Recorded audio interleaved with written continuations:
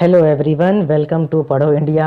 आज हम करेंगे कक्षा 4 की एसएसटी की किताब हमारा भारत का पाठ नंबर 7 और इसका नाम है भारत के समुद्री तट। बच्चों, समुद्री तट वह जगह होती है जो समुद्र के किनारे होती है। आज हम इन्हीं के बारे में बात करेंगे। यहाँ पर देखिए, दो लड़कियाँ हैं, तनु और अनु। दोनों ही बहनें हैं। ये दोनों आपस में क्या बात कर रही हैं? तनु ने नारियल पानी पीते हुए अनु से पूछा, ये नारियल दिल्ली में कहाँ से आते हैं? यहाँ तो कहीं नारियल के पेड़ दिखाई नहीं देते। तब अनु बोली, पिछले साल सर्दी की छुट्टियों में हम लोग दक्षिण भारत घूमने गए थे। दक्षिण भारत में हम त्रिवेंद्रम, कन्याकुमारी कई जगहों पर गए थे और यहाँ पर नारियल के बहुत सारे पेड़ थे। ये नारियल वहीं से आए होंगे। तो अनु ने बताया कि जो दिल्ली में नारियल हैं वो दक्षिण भारत के इन शहरों से आए होंगे। और फिर आगे बताती है कि एक मज़े की बात और कि दिसंबर जनवरी के महीने में भी वहाँ सर्दी बिल्कुल भी नहीं थी। फिर अनु ने एक और बात बताई कि दक्षिण भारत में दिसंबर जनवरी के महीने में भी सर्दी बिल्कुल नहीं थी। अब देखें आगे क्या बात हो रही है। हमारे देश के दक्षिण में हिंद महासागर है। बच्चों, 4 दिशाएं होती हैं, उत्तर, दक्षिण, पूर्व और पश्चिम। हमारा देश जो है भारत, उसके दक्षिण दिशा में हिंद महासागर है और इस महासागर का नाम हमारे देश के नाम हिंदुस्तान से ही पड़ा है। भारत का दक्षिणी भूभाग प्रायद्वीपीय है। देखिए, जो ये भारत का दक्षिणी भाग इस तरीके का है, यह प्रायद्वीपीय है। प्रायद्वीप का अर्थ है स्थल का वह भाग जिसके 3 तरफ पानी या समुद्र हो। तो बच्चों, भारत का जो दक्षिणी भाग है इसमें 3 तरफ पानी है। यहाँ पर देखिए, यहाँ पर अरब सागर है, दक्षिण में हिंद महासागर है और यहाँ पूर्व में बंगाल की खाड़ी है। तो ये 1, 2, 3 इन 3 जगह पर यह पानी से घिरा हुआ है और किसी भी ऐसी भूमि को जो 3 तरफ पानी से घिरी हो उसे हम प्रायद्वीप कहते हैं। भारत के इस दक्षिणी प्रायद्वीपीय भाग के पूरब की ओर बंगाल की खाड़ी है और पश्चिम की ओर अरब सागर है। अब देखिए, भारत का जो दक्षिणी प्रायद्वीप इलाका है, यहाँ पर इसके पूरब की ओर यहाँ बंगाल की खाड़ी है, पश्चिम की ओर अरब सागर है और ये दोनों ही सागर जो हैं हिंद महासागर की शाखाएं हैं। देखिए, यहाँ पर दक्षिण में जो हिंद महासागर है, इसी के पानी से ये बंगाल की खाड़ी का पानी बना है और ये अरब सागर भी बना है। तो हम इसको ऐसे कहते हैं कि ये दोनों समुद्री भाग हिंद महासागर की ही शाखाएं हैं। भारत के मानचित्र में समुद्र से लगे भागों को देखिए। अब आप अगर भारत के नक्शे में देखेंगे तो जो भारत के नक्शे में समुद्र से लगे ज़मीन देखेंगे आप, उसमें पश्चिम में गुजरात से लेकर पूर्व में पश्चिम बंगाल राज्य तक समुद्र तटीय क्षेत्र है। अब आप देखिए, इधर जैसे ये गुजरात राज्य है, ये भी समुद्र तट के किनारे है, तो समुद्र तट का इलाका है। फिर आप और नीचे जाएंगे तो ये सारा इलाका जो है इस तरीके का ये समुद्र तट है। तो पश्चिम में गुजरात से लेकर पूर्व में पश्चिम बंगाल राज्य तक समुद्र तटीय क्षेत्र है, यानी इन राज्यों में समुद्र का किनारा पड़ता है। अब देखिए, सागर से लगे स्थलीय भाग को समुद्र तट कहते हैं, यानी ज़मीन का वो हिस्सा जो समुद्र के किनारे होता है उसको हम समुद्र तट कहते हैं। समुद्र बहुत दूर दूर तक फैले होते हैं और तट से दूर होने के साथ साथ गहरे भी होते जाते हैं। बच्चों, ये समुद्र जो होते हैं ये बहुत बड़े होते हैं और जैसे ही हम समुद्र किनारे से दूर पानी में जाएंगे तो ये और भी गहरे होते जाते हैं। समुद्र तट हर जगह एक जैसा नहीं होता। कहीं खाड़ी होती है, कहीं पुलिन या बीच होता है, तो कहीं क्लिफ होते हैं। बच्चों, खाड़ी जो है वो एक ऐसा इलाका होता है जिसमें पानी ज़मीन के अंदर तक चला जाता है। देखिए, जैसे ये ज़मीन है और पानी ज़मीन के अंदर तक अगर ऐसे चला जाएगा तो इस वाले इलाके को हम खाड़ी बोलेंगे। बीच या पुलिन होता है समुद्र का किनारा, जिसको हम इंग्लिश में बीच कहते हैं, और क्लिफ जो होती है वो समुद्र के किनारे एक खड़ी दीवार की तरह होती है, इसको हम बोलते हैं क्लिफ। तुमने मुंबई के चौपाटी या जुहू बीच का नाम सुना होगा। आओ देखते हैं कि ये बीच कैसे बनते हैं। समुद्र की ऊंची और लंबी लहरें तट पर दूर तक चली आती हैं। समुद्र से जो लहरें आती हैं वो तट पर बहुत दूर तक आ जाती हैं। फिर इन लहरों के साथ बालू, सीपियाँ, छोटे छोटे शंख आदि भी आते हैं।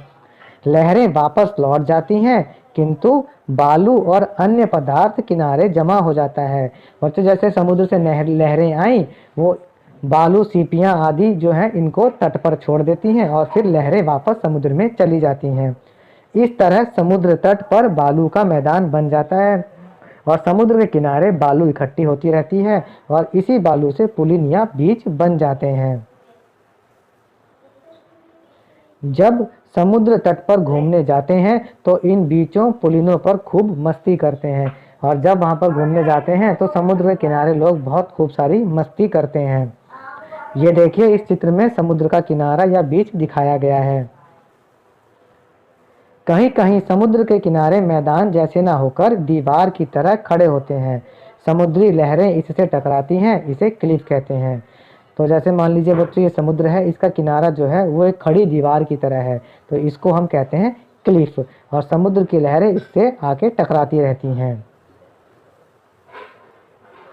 इसी तरह तटीय भागों में कहीं कहीं समुद्र का जल स्थल में इस तरह अंदर तक चला आता है जहां तीन तरफ से स्थल होता है।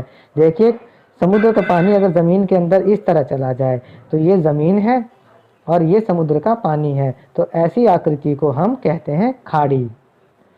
और इसके उदाहरण हैं खंबात की खाड़ी और बंगाल की खाड़ी। देखिए इस मानचित्र में, देखिए ये है बंगाल की खाड़ी और यह है खंबात की खाड़ी। इसमें समुद्र का पानी ज़मीन के अंदर तक चला गया है, तो इनको हम खाड़ी प्रदेश कहते हैं। आप भारत के मानचित्र में अरब सागर और बंगाल की खाड़ी में स्थित भारत के दो द्वीपीय राज्य देखेंगे, लक्षद्वीप और अंडमान निकोबार। ये राज्य वास्तव में द्वीपों के समूह हैं, यानी यहाँ पर बहुत सारे द्वीप हैं। अब देखते हैं कि द्वीप किसे कहते हैं। द्वीप उस छोटे स्थल को कहते हैं जो चारों तरफ से समुद्र से घिरे होते हैं। अब देखिए, ये समुद्र ही समुद्र है, इसके बीच में ज़मीन का ऐसा हिस्सा जिसके चारों तरफ समुद्र का पानी हो, तो उस ज़मीन के हिस्से को हम द्वीप कहेंगे। तो ये जो गोल मान लीजिए मैंने बना दिया है, ये द्वीप कहलाएगा, क्योंकि इसके चारों तरफ पानी ही पानी है। समुद्र तट और जलवायु। समुद्र तट यानी समुद्र का किनारा और जलवायु यानी मौसम। अब देखते हैं समुद्र तट पर जलवायु या वहाँ का मौसम कैसा होता है।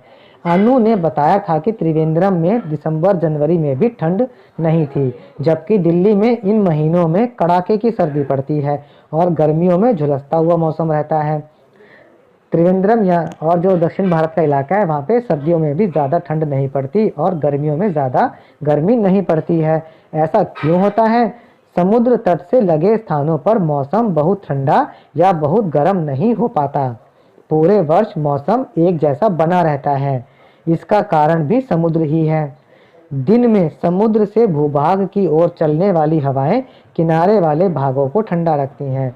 दिन के समय क्या होता है, समुद्र से ज़मीन की ओर हवाएं चलती हैं और वो हवाएं जो हैं ज़मीन को ठंडा रखती हैं। भारत के तटीय भागों पर वर्षा भी अधिक होती है, क्योंकि महासागरों का जल ही गर्म होकर भाप के रूप में ऊपर उठता है और बादल बनकर वर्षा कर देता है। अब भारत के जो समुद्र तट का इलाका है, वहाँ पास में समुद्र है और वहाँ का जो है पानी जब गर्म होकर भाप बनाता है तो वो भाप बन के ऊपर उड़ जाती है, और जब भाप ऊपर उड़ के ठंडी होती है तो बादल बन के नीचे बारिश कर देती है। अब पढ़ते हैं हम पश्चिमी तट के बारे में। भारत का पश्चिमी तट गुजरात से केरल तक फैला हुआ है। देखिए नक्शे में अगर आप देखेंगे तो ये गुजरात है, और गुजरात से जब नीचे की तरफ आएंगे हम यहाँ, ये केरल तक, ये जो हिस्सा है ये भारत का पश्चिमी तट है। यदि हम गुजरात से दक्षिण की ओर चले तो गुजरात के बाद महाराष्ट्र आएगा। जब हम गुजरात से नीचे की तरफ आते हैं दक्षिण की तरफ, तो गुजरात के बाद महाराष्ट्र आता है। गुजरात में कच्छ की खाड़ी में कांडला बंदरगाह है। कांडला बंदरगाह गुजरात की कच्छ की खाड़ी में है। महाराष्ट्र के तटीय भाग पर प्रसिद्ध शहर मुंबई है। महाराष्ट्र का जो समुद्र के साथ वाला इलाका है, वहाँ पर ही एक मशहूर शहर है मुंबई। यह इस राज्य की राजधानी होने के साथ साथ प्रसिद्ध बंदरगाह भी है, और मुंबई एक बहुत मशहूर बंदरगाह भी है और इस राज्य की राजधानी भी है। तुमने इसका नाम फिल्मों के लिए भी सुना होगा। मुंबई में ही भारत की कई सारी फिल्में बनती हैं। अब हम बात करते हैं बंदरगाह पर। बच्चों, बंदरगाह समुद्र के किनारे एक ऐसी जगह होती है जहां पर पानी के बड़े बड़े जहाज आते हैं और जाते हैं, और वहां पर उन्हीं समुद्र के बड़े बड़े जहाज़ों के द्वारा ही सामान को हम एक जगह से दूसरी जगह पर पहुंचाते हैं। महाराष्ट्र के बाद गोवा और फिर कर्नाटक हैं। गोवा अपने तटों की खूबसूरती और प्राचीन गिरजाघर पर्यटकों के लिए मशहूर हैं। गोवा में बहुत खूबसूरती है और वहाँ कई पुराने गिरजाघर यानी चर्च हैं। वहाँ देश विदेश से पर्यटक आते हैं। पर्यटक मतलब वो लोग होते हैं जो घूमने के लिए कहीं पर जाते हैं, और गोवा में बहुत से लोग देश और विदेश से घूमने के लिए आते हैं। गोवा से दक्षिण में कर्नाटक और केरल हैं। कर्नाटक में मंगलोर बंदरगाह है। कर्नाटक में कौन सा बंदरगाह है? मंगलोर। केरल का पूरा पश्चिमी भाग ही तटवर्ती है। केरल का जो पश्चिम भाग है वो पूरा ही समुद्र के किनारे है। केरल में साल भर थोड़ी बहुत वर्षा होती रहती है, इसलिए यहाँ के किसानों को खेतों में सिंचाई की आवश्यकता नहीं पड़ती। फसलों के लिए पानी जो लगाते हैं उसको हम सिंचाई बोलते हैं। केरल में बारिश होती रहती है साल भर, तो इसीलिए यहाँ के किसानों को खेतों में पानी की आवश्यकता नहीं पड़ती। केरल में कोच्चि या कोचीन बंदरगाह है। कोच्चि नया नाम है और कोचीन उसका पुराना नाम है, वो भी एक बंदरगाह है। भारत का पूरा पश्चिमी तट अरब सागर के साथ संकरी पट्टी के रूप में है, क्योंकि इस तट के साथ साथ पश्चिमी घाट पर्वत हैं। अब देखिए, भारत का जो पश्चिमी तट है ये अरब सागर के साथ में है, और ये एक पतली पट्टी के रूप में है। पतली पट्टी के रूप में इसलिए है क्योंकि ये पश्चिमी तट के साथ में यहाँ पर पश्चिमी घाट पर्वत भी हैं, जिसकी वजह से जो ये पश्चिमी तट है वो संकरा यानी पतली पट्टी के रूप में है। और जो ये पर्वत हैं, इन्हीं पर्वतों के कारण यहाँ पर साल भर खूब बारिश होती रहती है। ऐसा होता कैसे है? ये देखिए, ये अरब सागर से जो हवाएं चलती हैं वो अपने साथ पानी को लेकर के आती हैं, और जब ये हवाएं यहाँ पर इस पर्वतों से टकराती हैं तो वो अपनी नमी या पानी को छोड़ देती हैं, और इस वजह से यहाँ पर खूब सारी बारिश होती रहती है। अब देखते हैं इसको। इन पर्वतों के कारण इस तट पर खूब वर्षा होती है। समुद्र तट पर अधिकतर मछली पकड़ने का काम आसान होता है, क्योंकि समुद्र में मछलियाँ बहुत रहती हैं, इसलिए इनका मुख्य भोजन मछली चावल होता है। चावल की खेती होती है वहाँ पे, क्योंकि पानी उपलब्ध रहता है और मछली समुद्र से मिल जाती है, तो वहाँ पर मुख्य भोजन मछली चावल होता है। यहाँ धान की फसल तैयार होने पर त्योहार मनाते हैं, जिसे पोंगल कहते हैं, और जब धान यानी चावल की फसल तैयार हो जाती है तो एक त्योहार मनाया जाता है जिसे पोंगल कहते हैं। केरल में यहाँ के तटवर्ती क्षेत्रों में लोग नौका दौड़ आयोजित करते हैं, और केरल में नौका दौड़ भी होती है। नौका दौड़ में लोग नाव में बैठ जाते हैं और नाव को रेस लगाते हैं समुद्र में। इसको ही हम नौका दौड़ या बोट रेस कहते हैं। इसी पश्चिमी तट पर चलते चलते आप कन्याकुमारी पहुंच जाएंगे। जब भारत के पश्चिमी तट पर हम आगे बढ़ते हैं दक्षिण की तरफ, तो एकदम दक्षिण में यहाँ पर एक जगह है जिसको हम बोलते हैं कन्याकुमारी। यह स्थान भारत के एकदम दक्षिण में है। यह एकदम दक्षिण में है और यहाँ पर 3 समुद्रों का पानी मिलता है। पहला समुद्र का पानी है अरब सागर, बंगाल की खाड़ी और हिंद महासागर। इन तीनों समुद्रों का पानी यहाँ पर मिलता है, और यहाँ पर सूर्योदय और सूर्यास्त के समय बहुत ही अच्छा दृश्य देखने को मिलता है। देखिए, यहाँ पिक्चर में दिखाया गया है कि कन्याकुमारी का एक दृश्य, बड़ा ही खूबसूरत दृश्य है बच्चों। ये यहाँ पर तीनों समुद्र मिलते हैं।